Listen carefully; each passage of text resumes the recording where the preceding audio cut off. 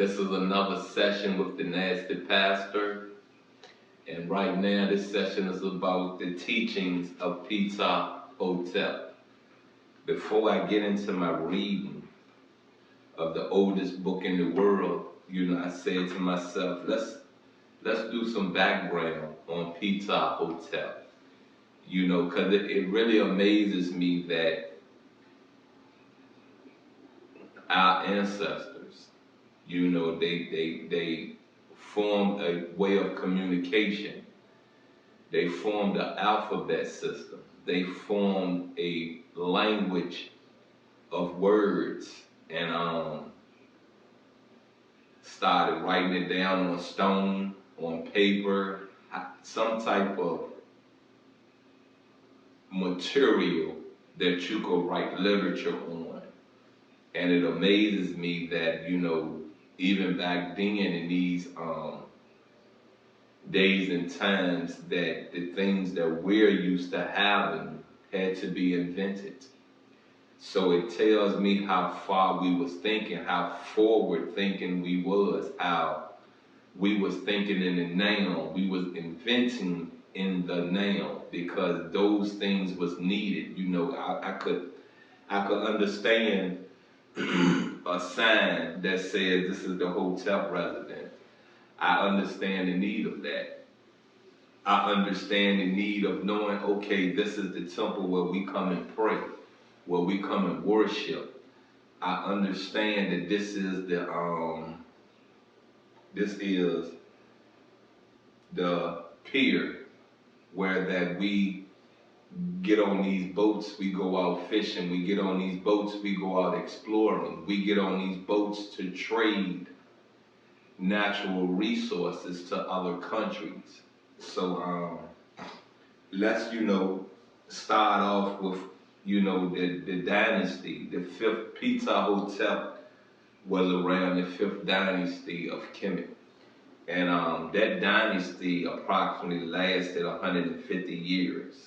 You know what I mean? So we're talking the fifth dynasty pharaohs reigned for approximately 150 years, from the early 25th century BC, that's before Christ, until the mid 24th century before Christ. Now, the years, let's get into the last king of the fifth dynasty was a pharaoh named Yunus. Yunus flourished around the 24th century BC. The last king of the fifth dynasty of ancient Egypt and the first pharaoh to inscribe the interior of his pyramid at Saqqara with religious and magical texts known as pyramid texts. Now, what I gathered about PtahHotep is this right here. PtahHotep, he was an ancient Egyptian piece of Ptah, what it says. Ancient Egyptian PTHHTP, piece of Ptah. Sometimes known as PtahHotep the first or PtahHotep. Was an ancient Egyptian vizier. You got it? During the late 25th century BC and early 24th century BC, 5th dynasty of Egypt. So I'm going to look up an Egyptian vizier and see what that tells me,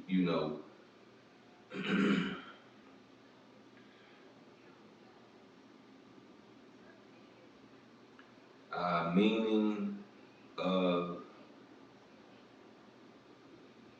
Egyptian vizier.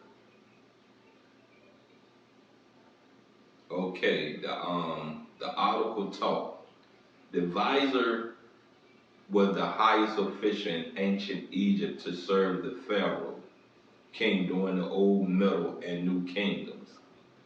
A high executive officer of various Muslim countries and especially of the Ottoman Empire, a civil officer in ancient Egypt having vice regal powers.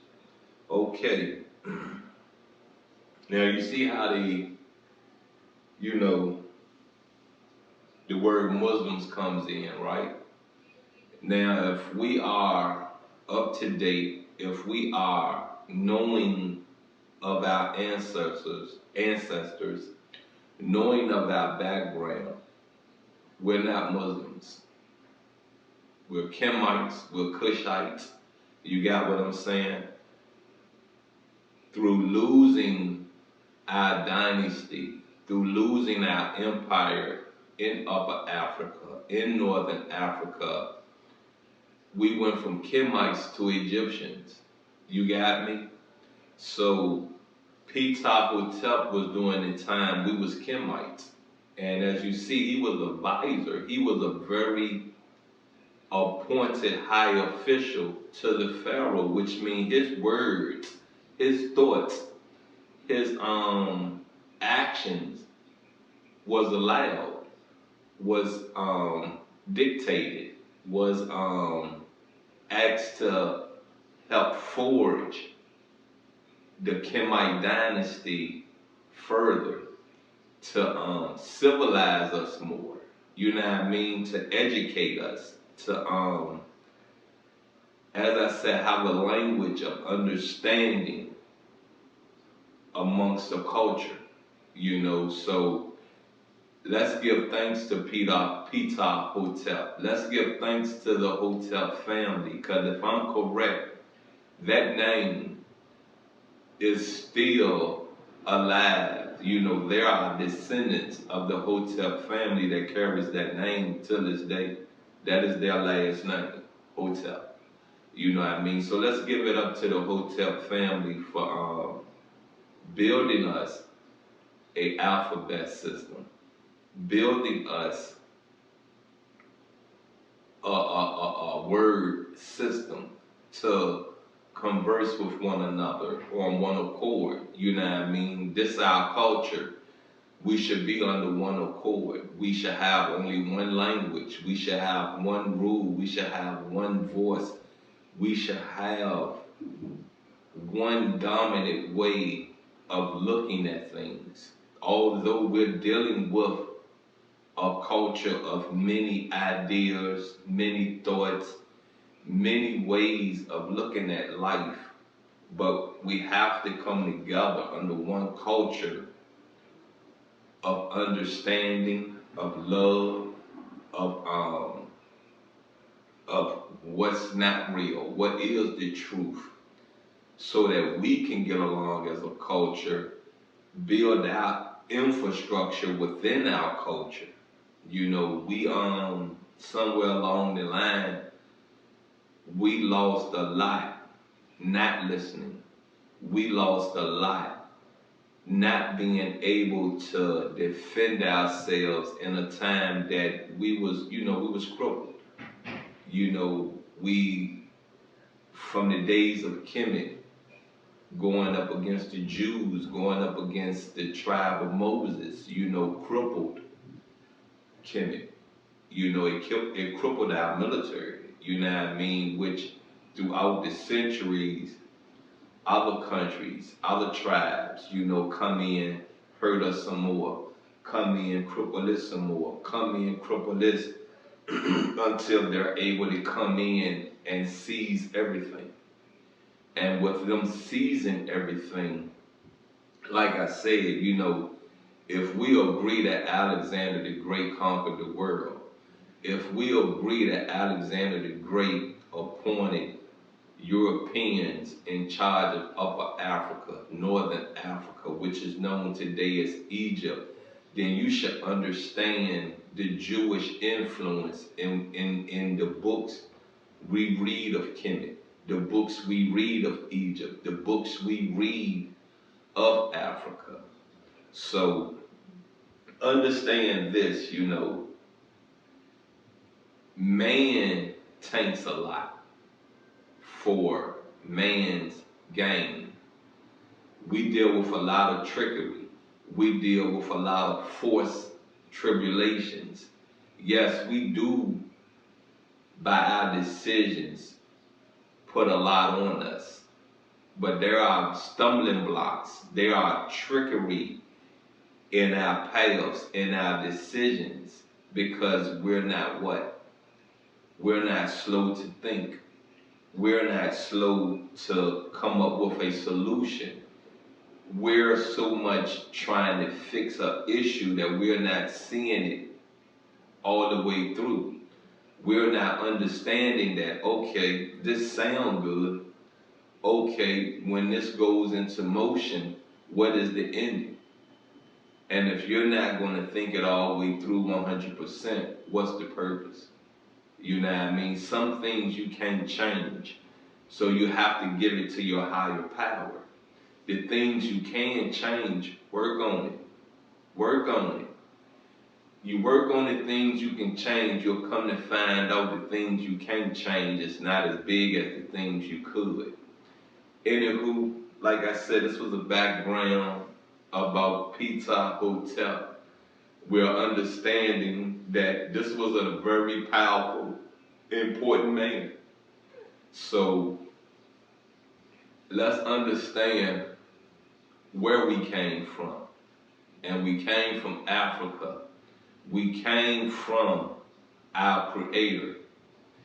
Let's understand why we was put here. And if we all agree that we fell with Satan, we fell with rock on this rock, then we was put here for punishment.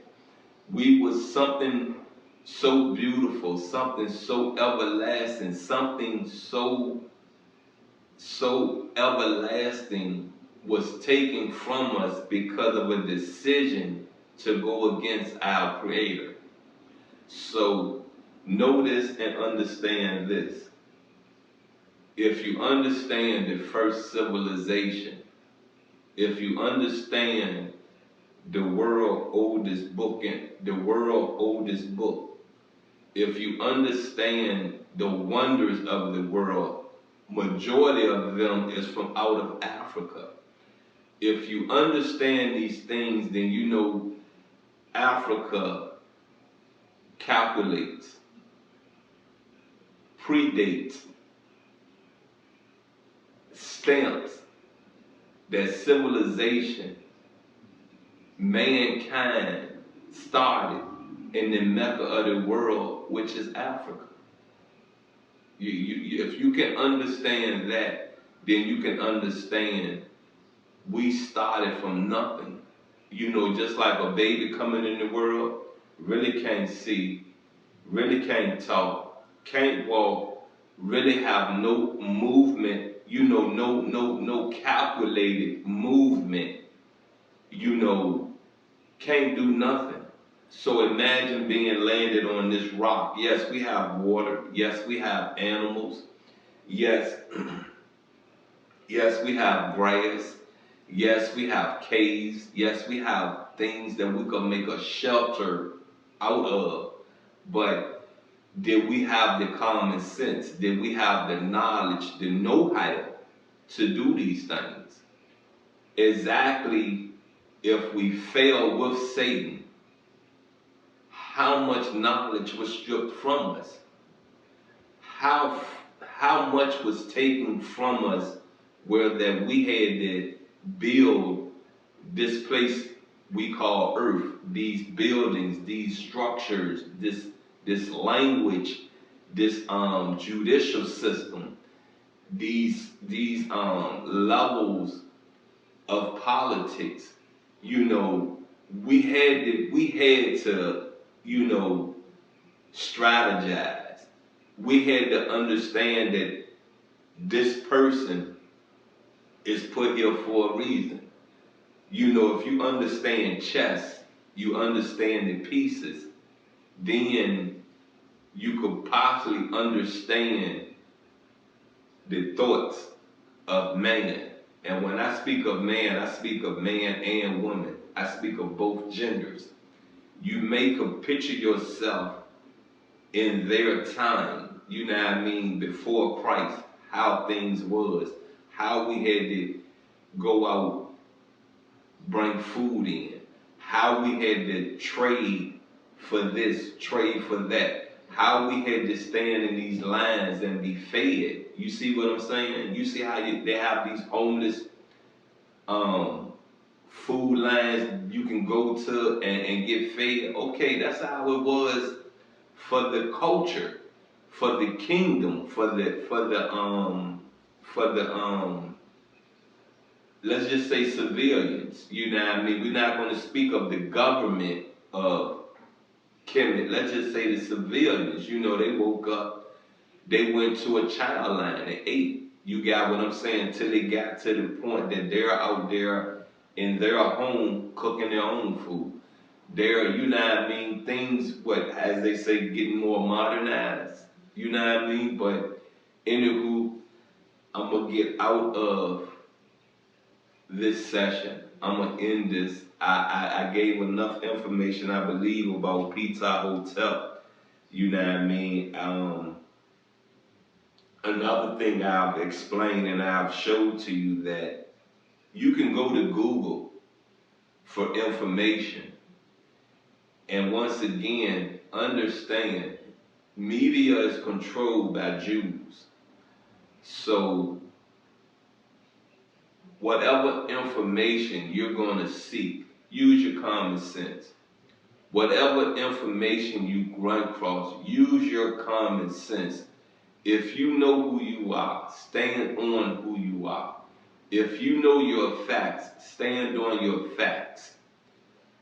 Majority of the time, when it comes to culture, it's not good to agree about something you know is true. So once again, I say this, you know what I mean? I'm not a Muslim. I know the Islam faith, the Muslim faith, the Muslim culture, the culture comes from out of Europe. The culture comes from Moses, which, yes, Moses was raised as a Kemite, but when it got to a point, Moses didn't understand why the Jews are being beaten, why the Jews are slaves, why Ramses don't understand that it's time to let these Jews go. Moses rose up against the kingdom. You know what I mean? Which is, it should be understand, you know, you can teach a man to live the ways of a Kemite, but Moses is a Jew at heart. You feel me? A Jew at heart. You know, there's nothing you could tell me that makes me believe that this is where the Muslim faith, the Muslim culture comes from, Kemet. There's nothing you could tell me that. There's nothing you could show me that will make me believe that. You feel me? Anywho, once again, I am the Nasty Pastor. Please go to my YouTube channel, Only Faith Ministries, Kemet Edition. OFM Kemet Edition. Go over there and check out my past visuals. Anywho, I'm out. I love you.